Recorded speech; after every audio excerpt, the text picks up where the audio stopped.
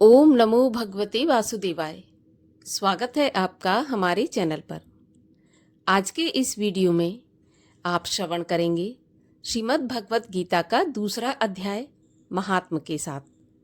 भगवत गीता जो कि हमें जीने की राह दिखाती है, सुख और दुख में भेद करना सिखाती है, धर्म अधर्म में भेद सिखाती है, ज्ञान और अज्ञान में भेद करना सिखाती है। श्रीमद् भगवत गीता वो अमृत है जिससे कभी तृप्त नहीं होना चाहिए। जितना हो सके जीवन में इसे सुनना चाहिए, पढ़ना चाहिए, क्योंकि कलयुग के अंत में भगवान श्री कृष्ण द्वारा श्रीमद् भगवत गीता के जो उपदेश दिए गए हैं वही हमें कलयुग में जीने की राह बताते हैं। तो चलिए आज हम श्रवण करते हैं दूसरा अध्याय। इस यात्रा में हमारे साथ चलते रहने के लिए हमारे चैनल को सब्सक्राइब अवश्य कर लीजिए और आज की कथा अच्छी लगे तो लाइक करके शेयर भी कर दीजिए। दूसरे अध्याय के अनुसार संजय ने कहा, हे धृतराष्ट्र। तब श्री कृष्ण व्याकुल चित्त अर्जुन से बोले, हे अर्जुन, अनर्थ के सेवन करने योग्य अपयश कारक मोह इस समय तुम्हारे मन में कहाँ से आया? तुम कायर मत बनो, यह शोभा नहीं देता। तुम हृदय की दुर्बलता को त्याग कर युद्ध के निमित्त खड़े हो जाओ। अर्जुन ने कहा, हे मधुसूदन, मैं रण में पूज्य भीष्म और द्रोणाचार्य के ऊपर बाण प्रहार कैसे करूं? कैसे मैं उनसे युद्ध करूं? गुरुजनों को मारकर उनके रक्त से सने भोगों को कैसे भोगूंगा? हम नहीं जानते कि संग्राम में हम दोनों में से कौन जीतेगा। यदि हम जान भी लें तो भी जिनको मार करके हम जीवित रहना नहीं चाहते, वही धृतराष्ट्र के पुत्र हमारे सामने प्रस्तुत हैं। मैं आपसे पूछता हूँ, जिससे निश्चय करके मेरा भला हो, वह मुझे समझाकर कहिए, क्योंकि मैं आपका शिष्य हूँ। मुझे शिक्षा दीजिए। मुझे पृथ्वी का निष्कंटक राज्य मिल जाए और देवताओं का भी आधिपत्य मिल जाए, तो भी ऐसा कोई उपाय नहीं दिखता कि जो मेरी इंद्रियों के शोक को दूर करे। हे गोविंद, मैं युद्ध नहीं करूंगा। यह कहकर अर्जुन चुप हो गया। संजय बोला, हे राजन, दोनों सेनाओं के मध्य में खिन्न होकर बैठे अर्जुन से श्री कृष्ण ने ऐसे वचन कहे, हे अर्जुन, जिसके लिए शोक नहीं करना चाहिए तू उसके लिए शोक करता है और पंडितों जैसे वचन तो कहता है, परंतु पंडित लोग न मरों का शोक करते हैं न जीवितों का। यह बात असंभव है कि मैं पहले नहीं था, तुम नहीं थे और ये राजा भी नहीं थे और इसके बाद भी नहीं रहेंगे। जैसे देहधारियों की इस देह की लड़कपन, जवानी, बुढ़ापा ये अवस्था होती है, वैसे ही मृत्यु के बाद दूसरी देह की भी होती है। इसीलिए पंडित लोग मोक्ष को प्राप्त नहीं होते। हे नरश्रेष्ठ, सुख दुख को समान मानने वाले जिस वीर पुरुष को ये बाहरी पदार्थ कलेश नहीं देते, वे मोक्ष पाने के अधिकारी हैं। असत वस्तु का तो अस्तित्व नहीं है और सम का अभाव नहीं है।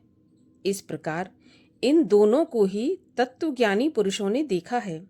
जिससे सारा संसार व्याप्त है, उसको अविनाशी जानो, क्योंकि इस नाश रहित आत्मा का विनाश करने में कोई भी समर्थ नहीं है। अतएव हे भारत, तुम युद्ध करो।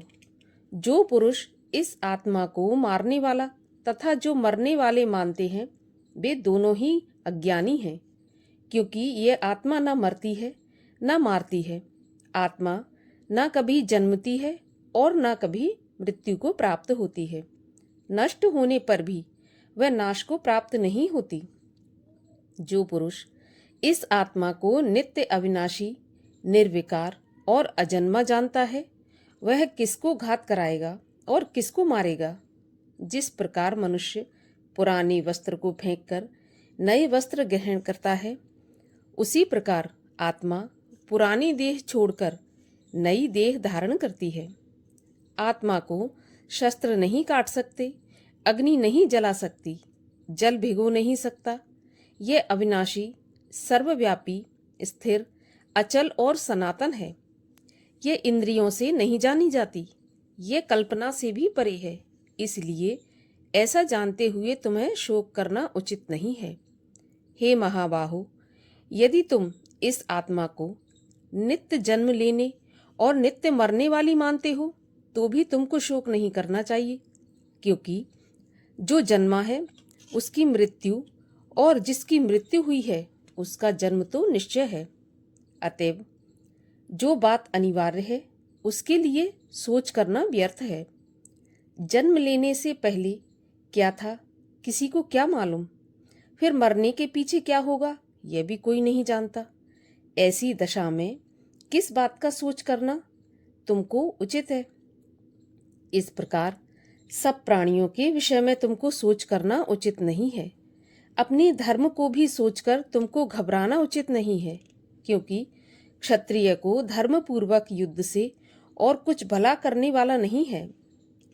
हे पार्थ, बिना इच्छा किए स्वर्ग का द्वार रूप यह युद्ध तुमको स्वतः प्राप्त हुआ है।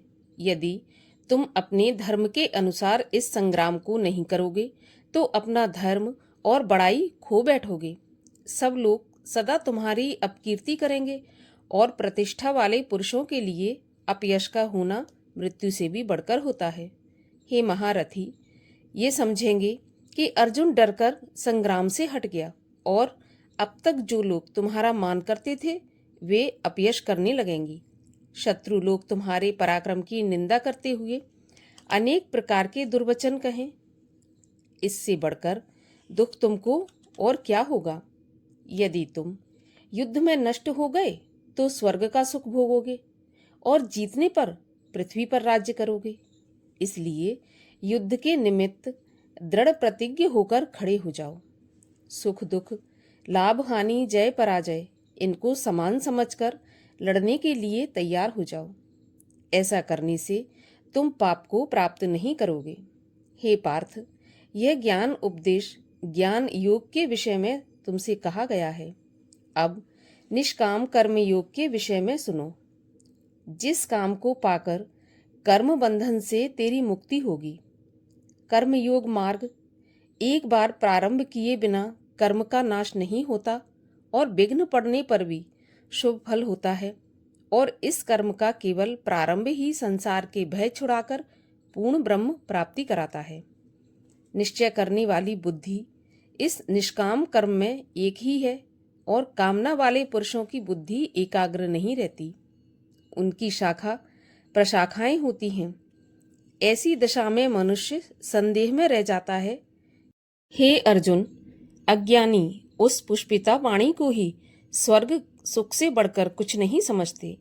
स्वर्ग सुख को ही जो उत्तम पुरुषार्थ समझते हैं, उनका कामनाओं से चित्त व्याकुल होने के कारण निश्चयात्मक बुद्धि से मोक्ष साधन को उत्पन्न नहीं कर पाते, कारण कि उनका चित्त भोग आदि में सदैव लगा रहता है। जिन मनुष्यों का चित्त इस प्रकार मोह में लिप्त है और जिनकी आसक्ति भोग विलास और ऐश्वर्य में है, ऐसे पुरुषों के अंतःकरण में निश्चयात्मक बुद्धि नहीं होती है। हे अर्जुन, वेद सकाम है, तुम निष्काम हो जाओ। सुख दुख को समान जानकर नित्य योग क्षेम आदि स्वार्थों में न पड़कर धीरजवान और आत्मनिष्ठ बनो।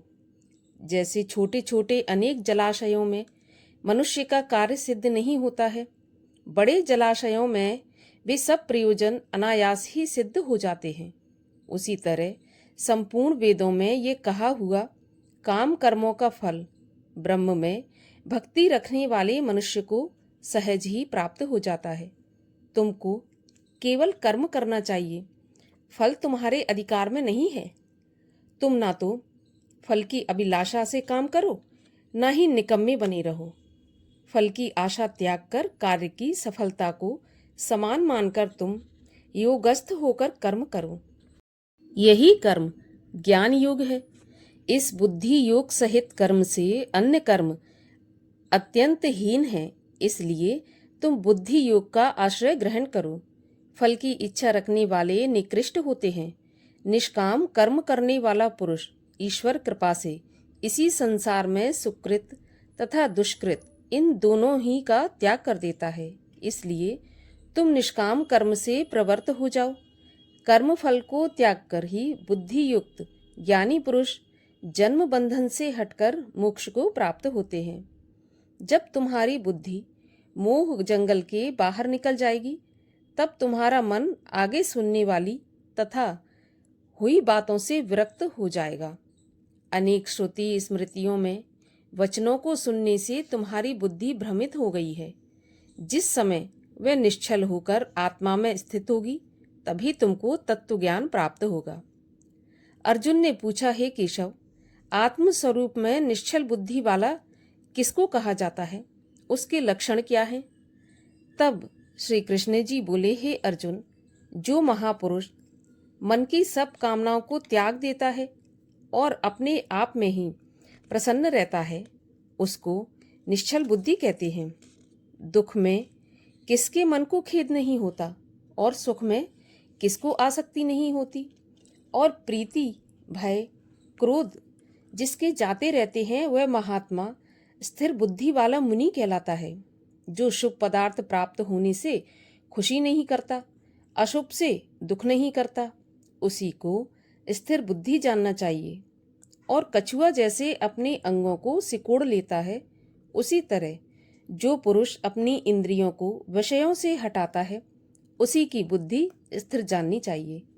निराहारी पुरुष के विषय घट जाते हैं, परंतु विषयों में उसकी चाह बनी रहती है। परम ब्रह्म का अनुभव होने पर चाह भी घट जाती है। हे अर्जुन, मोक्ष में प्रत्यक्ष करने वाले विद्वान व्यक्ति को भी प्रबल इंद्रिय बलात्कार से उसके मन को जीत लेती है। इसीलिए सब इंद्रियों को विषयों से रोककर मेरे विषय में तत्पर हो जाओ।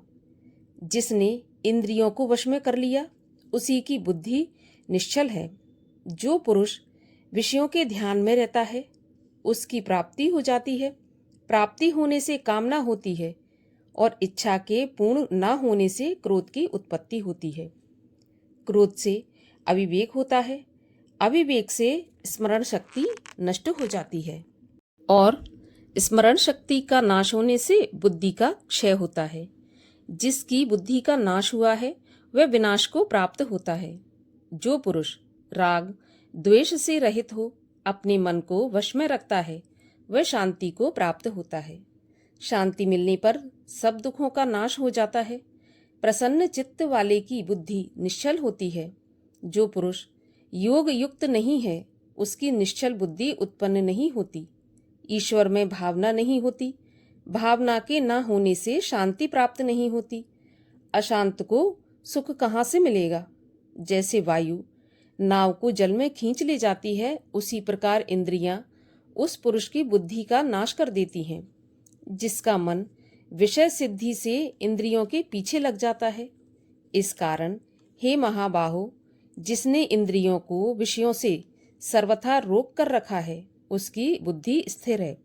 जब सब प्राणियों की रात है, उसमें संयमी जागता रहता है, और प्राणी मात्र जिस समय जागते हैं, मुनिजनों की वह रात्रि है।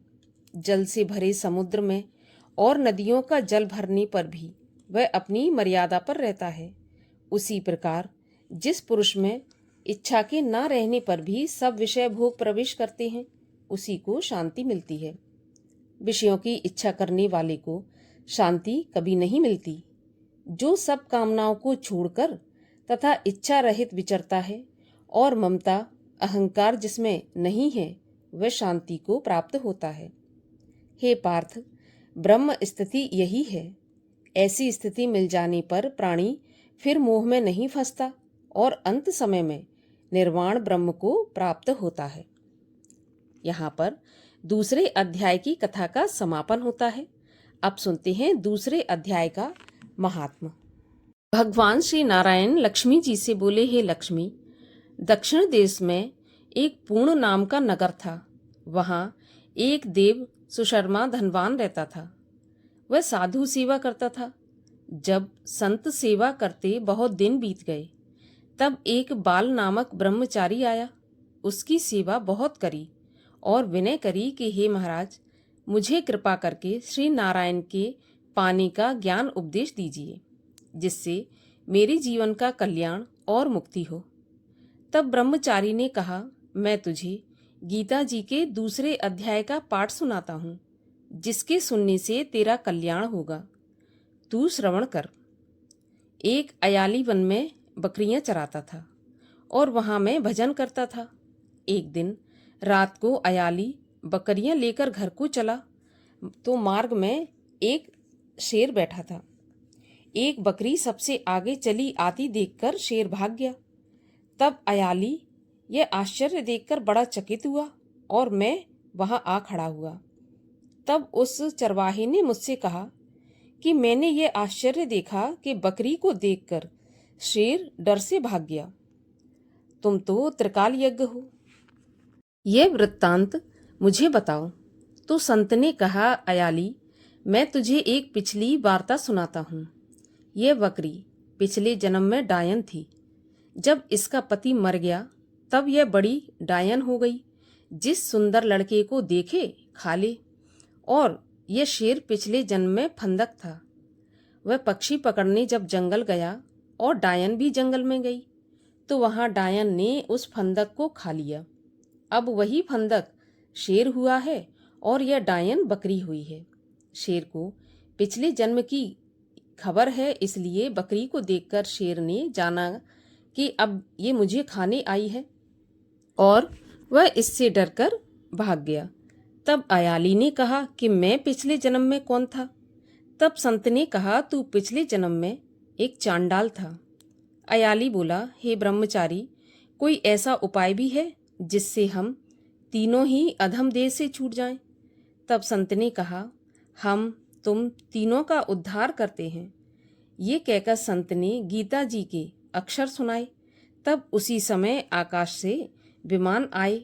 उन सबों को विमानों पर चढ़ाकर बैकुंठ लोक को ले गए। अधम देह से छूटकर देव देह पाकर बैकुंठ को चला। तब श्री नारायण जी ने कहा, लक्ष्मी, जो मनुष्य श्री गीता जी के ज्ञान को पढ़े सुने वह अवश्य ही मुक्ति को प्राप्त होता है। यहाँ पर दूसरे अध्याय के महात्म का समापन होता है। अगले अध्यायों की कथा सुनने के लिए चैनल को सब्सक्राइब अवश्य कर लीजिए और आज की कथा को लाइक करके शेयर भी कर दीजिए।